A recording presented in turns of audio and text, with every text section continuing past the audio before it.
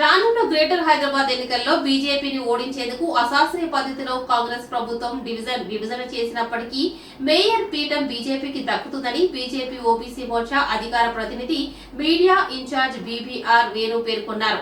మంగళవారం ఆర్కేపురం డివిజన్లోని జరిగిన ఈ కార్యక్రమంలో ఆయన మాట్లాడుతూ గత జీహెచ్ఎంసీ ఎన్నికల్లో 48 మంది కార్పొరేటర్ అభ్యర్థులు మన విజయం సాధించాలి. అయితే ఈ ఎన్నికల్లో పూర్తి స్థాయి మెజార్టీని బీజేపీ కైవసం చేసుకుని కాషాయం జెండా భాగ్యనగరంపై ఎగురవేస్తామని అన్నారు. ఈ విషయాన్ని కాంగ్రెస్ ప్రభుత్వం గుర్తించుకోవాలన్నారు.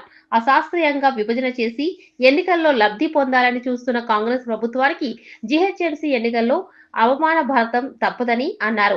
గత అసెంబ్లీ ఎన్నికల్లో కామారెడ్డి బీసీ డిక్లరేషన్ 42% ఇస్తామన్న హామీ ఎందుకు నెరవేర్చలేదని ప్రశ్నించారు.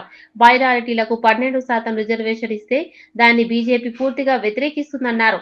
రానున్న జీహెచ్ఎంసీ ఎన్నికల్లో పార్టీ అవకాశం కల్పిస్తే తప్పనిసరిగా పోటీ చేసి బీజేపీ జెండా ఎగరవేస్తామని అన్నారు. త్వరలోనే స్థానికంగా బీజేపీ పార్టీ కార్యాలయాన్ని కూడా ప్రారంభిస్తామన్నారు. బీజేపీ జెండా ఎగరేసి చూపిస్తామని ఈ సందర్భంగా ముఖ్య ఉద్దేశంతో అందరికీ తెలియజేయడం జరుగుతుంది.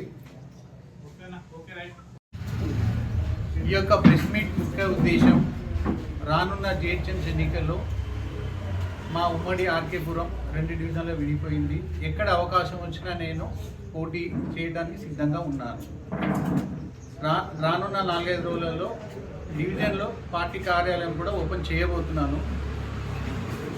మా అధిష్టానం సూచనల మేరకు నేను పార్టీ కార్యాలయం ఓపెన్ చేయబోతున్నాను. ఈ 150 డివిజన్లు ఉన్న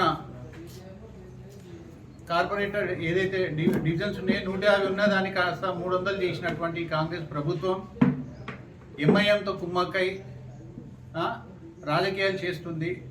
ఈరోజు ఈ సందర్భంగా నేను ఒకటే తెలియజేస్తున్నా, 300 కాదు, 400 కాదు, 600 చేసుకున్నా సరే ఖచ్చితంగా అన్ని స్థానాల్లో బీజేపీ పోటీ చేస్తుంది, బీజేపీ గెలుస్తుంది. రానున్న రోజుల్లో రాష్ట్రంలో బీజేపీ జెండా ఎగరేస్తాం. ఇది కాంగ్రెస్ పార్టీకి మేము విసురుతున్న సవాల్.